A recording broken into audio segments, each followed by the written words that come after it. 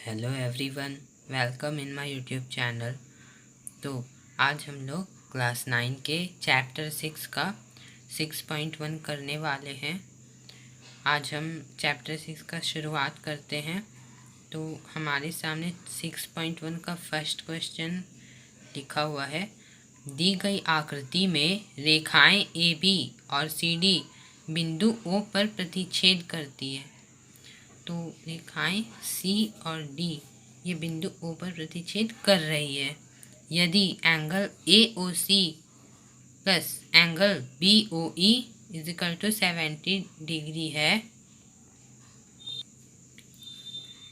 यानी AOC and EOB या BOE इन दोनों को ऐड करने से 70 डिग्री यहाँ पर वैल्यू दिया है।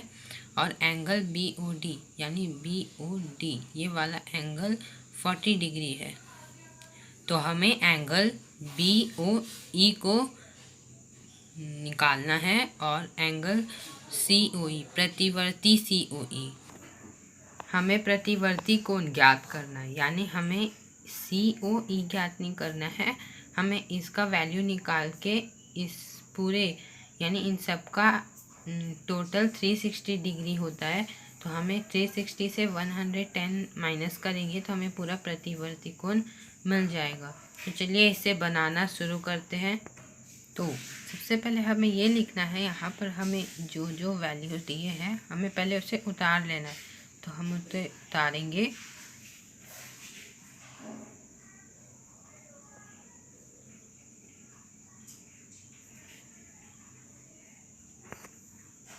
Angle AOC plus angle BOE is equal to 70 degree.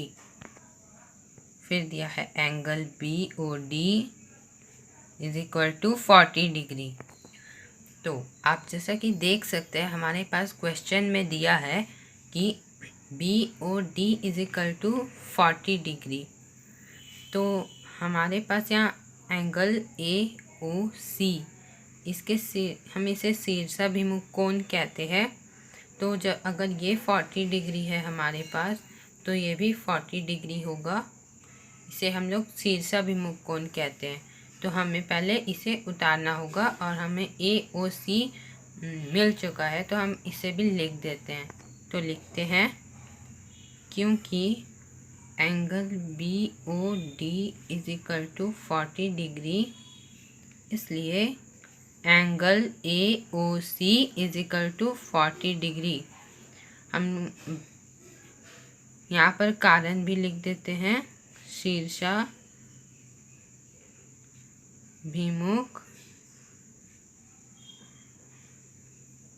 कोण।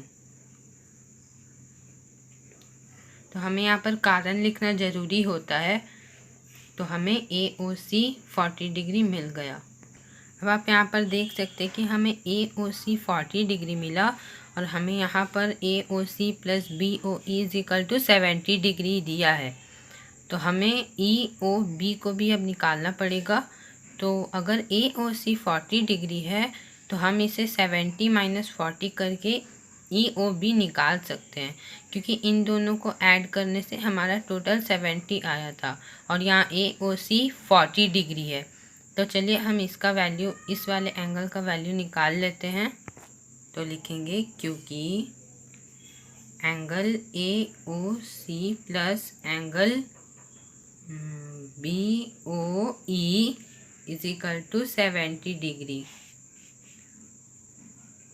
तो एंगल AOC का वैल्यू यहाँ पर हमारे पास 40 डिग्री है तो हम उसे लिख देंगे 40 degree plus angle BOE is equal to 70 degree. इसलिए angle BOE is equal to 70 degree minus 40 degree is equal to 30 degree. हमारे पास यहाँ एंगल BOE फाइंड हो गया है 30 डिग्री। तो 40 और 30 हमारे पास 70 आ गया। तो एंगल AOC और 40 degree and angle BOE is equal to 30 degree. तो आप जैसा कि यहाँ पर देख सकते हैं क्वेश्चन में कि हमें COE प्रतिवर्ती कोण भी निकालने को कहा गया है। तो हमें प्रतिवर्ती निकालने के लिए हमें ये वाले एंगल एंड ये वाले एंगल को भी फाइंड करना पड़ेगा। तो हम पहले COE को फाइंड कर लेते हैं। तो एंगल COE ज्ञात करने के लिए तो हम यहाँ पर देख सकते हैं angle AOC plus angle COE plus angle EOB, हमें ये तीनों एंगल को मिलाकर 180 डिग्री आता है। तो हमारे पास यहाँ AOC 40 दिया है और हमने इसे भी फाइंड कर लिया है, ये 30 डिग्री है। तो ये 30 डिग्री है, तो हमें इसे फाइंड करने के लिए इन दोनों को जोड़कर 180 से माइनस करना होगा। तो चलिए उससे लिख कर देखते हैं। एंगल COE ज्ञात करने के लिए angle AOC plus angle COE plus angle BOE is equal to 180 degree, और हमें इसके साइड में रीज़न भी लिखना पड़ेगा, रैखिक युग्म।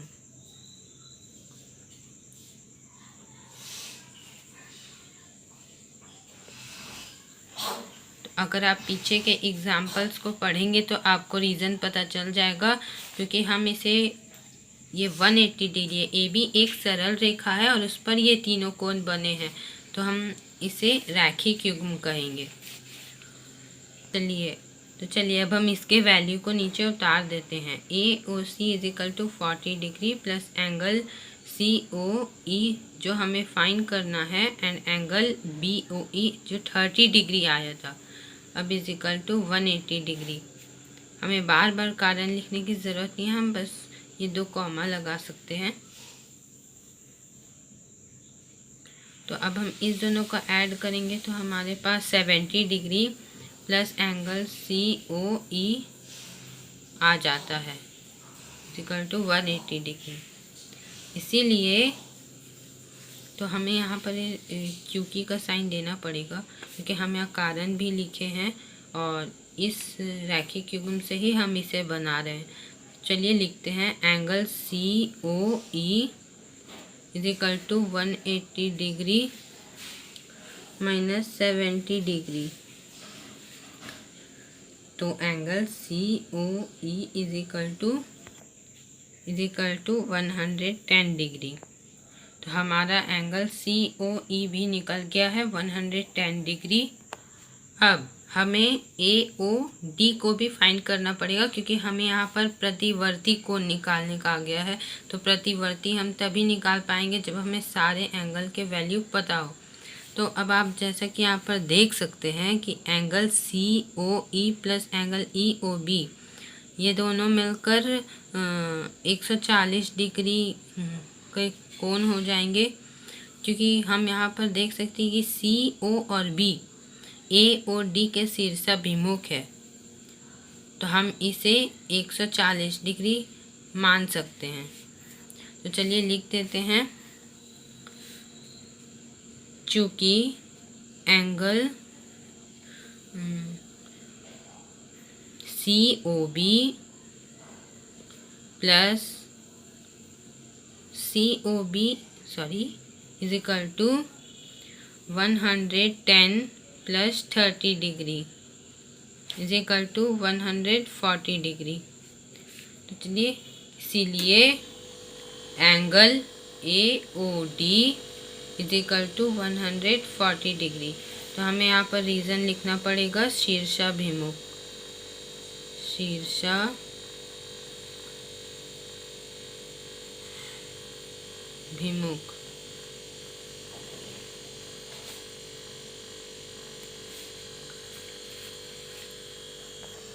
तो अगर हमें शीर्षाभिमुख कोण को पहचानना है तो हम ये गौर करना होगा कि वो 2 रेखाएं जो एक दूसरे को प्रतिच्छेदित करती है। तो हम यहाँ पर देख सकते हैं जो CD रेखा है जो ए बी को प्रतिच्छेद कर रही है। अगर ये रेखा जरा भी टेढ़ी होगी तो ये शीर्षाभिमुख कोण नहीं कहलाएगी। तो ये टेढ़ी नहीं है, ये बिल्कुल परफेक्ट है, इसलिए हमने ए ओ सी को भी 40 डिग्री माना था, क्योंकि बी ओ डी हमें 40 डिग्री दिया हुआ था।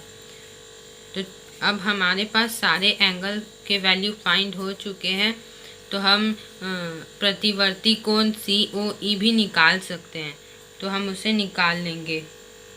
हमें लिखना होगा प्रतिवर्ती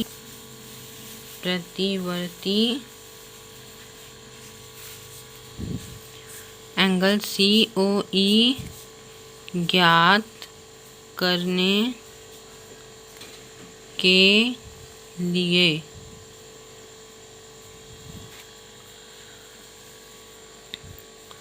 तो अब हमें क्या करना होगा कि हमें ये COE को छोड़कर सारे एंगल को ऐड करके 360 से माइनस करना पड़ेगा। तो चलिए कर लेते हैं।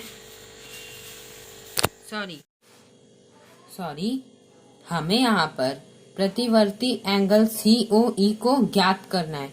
हमें प्रतिवर्ती पूछा, यानी 110 डिग्री को छोड़कर इसके पीछे के सारे कोण, यानी इन सब का एडिशन।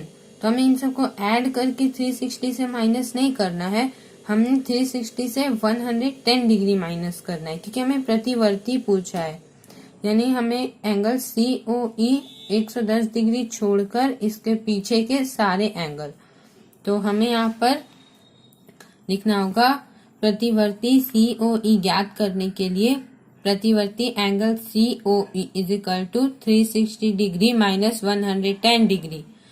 फिर हम लिखेंगे इसलिए प्रतिवर्ती angle COE is equal to 250 degree. तो फिर हमें फर्स्ट नंबर क्वेश्चन में जो ज्ञात करने को कहा गया था, एंगल BOE एंड प्रतिवर्ती एंगल COE, तो हमें वहां पर नीचे एक जगह से लिख देना है angle BOE is equal to 30 degree and angle COE is equal to 250 degree.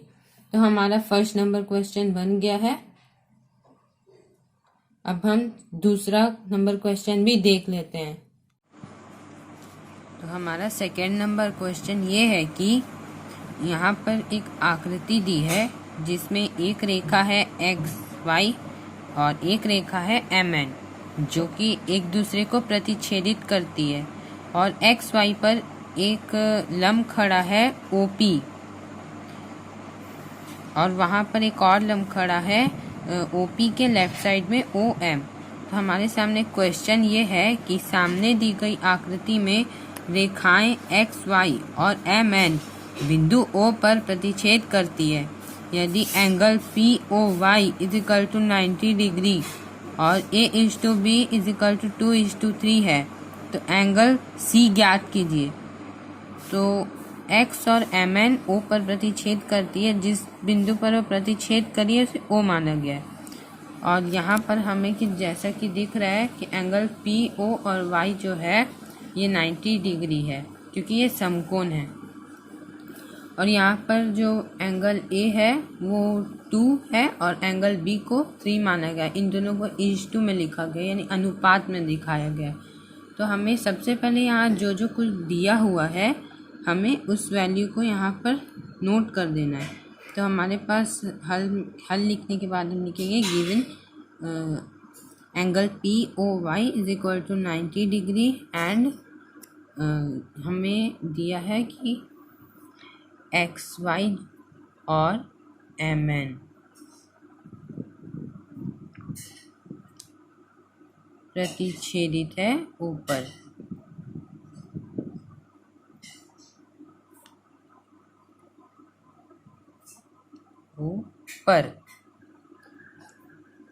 तो अब हमें क्या करना है कि ये POY 90 डिग्री है, तो हमें पहले A को 2x मान लेना है और B को 3x। तो हमें वहाँ वैल्यू के सामने एक चर लगा देना है। तो हम यहाँ पर लिखेंगे नीचे कि माना 2x is equal to A and B is equal to 3x। तो हमें इन दोनों के आगे एक एक चर लगा देना है। उसके बाद हमें इन दोनों के आगे चर लगाने के बाद फिर हमें इस x का मान निकालना है। अगर हम x का मान निकाल लेते हैं तो फिर उस मान को हम 2 से इंटू करके और 3 से इंटू करके a और b का मान निकाल सकते हैं। तो चलिए इसका मान निकालते हैं।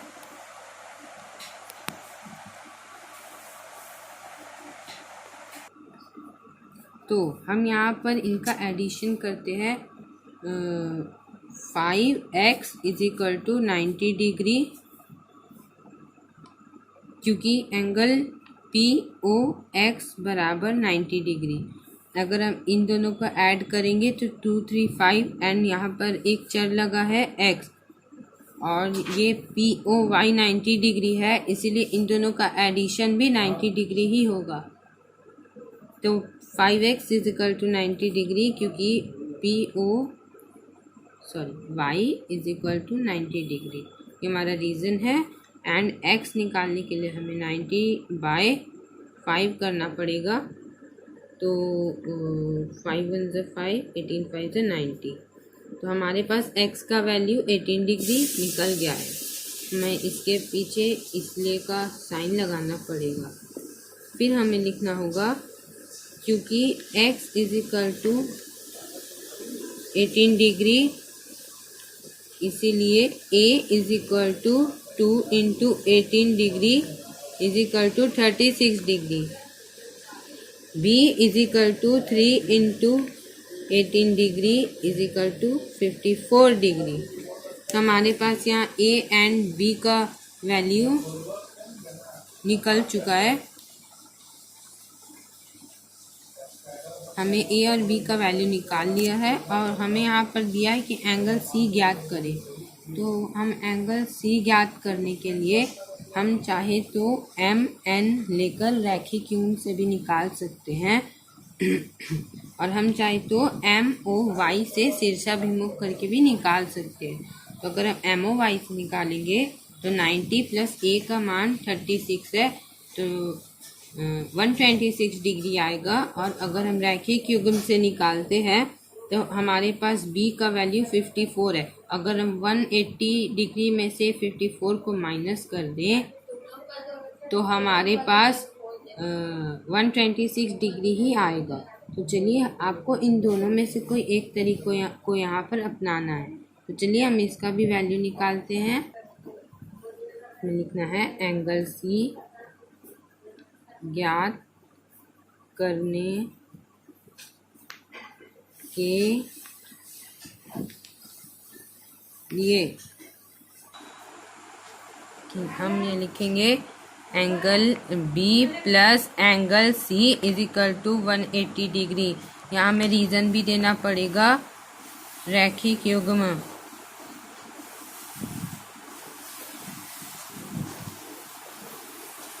तो हमारे पास एंगल B का वैल्यू यहाँ है 54 डिग्री। तो angle B = 54 degree plus angle C = 180 degree. हमें बार बार रीज़न लिखने की ज़रूरत नहीं है, इसलिए हम यहाँ पर कॉमा का साइन लगा देते, डबल कॉमा। और अब हमें एंगल C निकालना है। हमें यहाँ पर क्योंकि का साइन देना पड़ेगा, क्योंकि हमने यहाँ रीज़न डाला है। और हमने यहाँ पर इसलिए angle C = 180 degree minus 54 degree =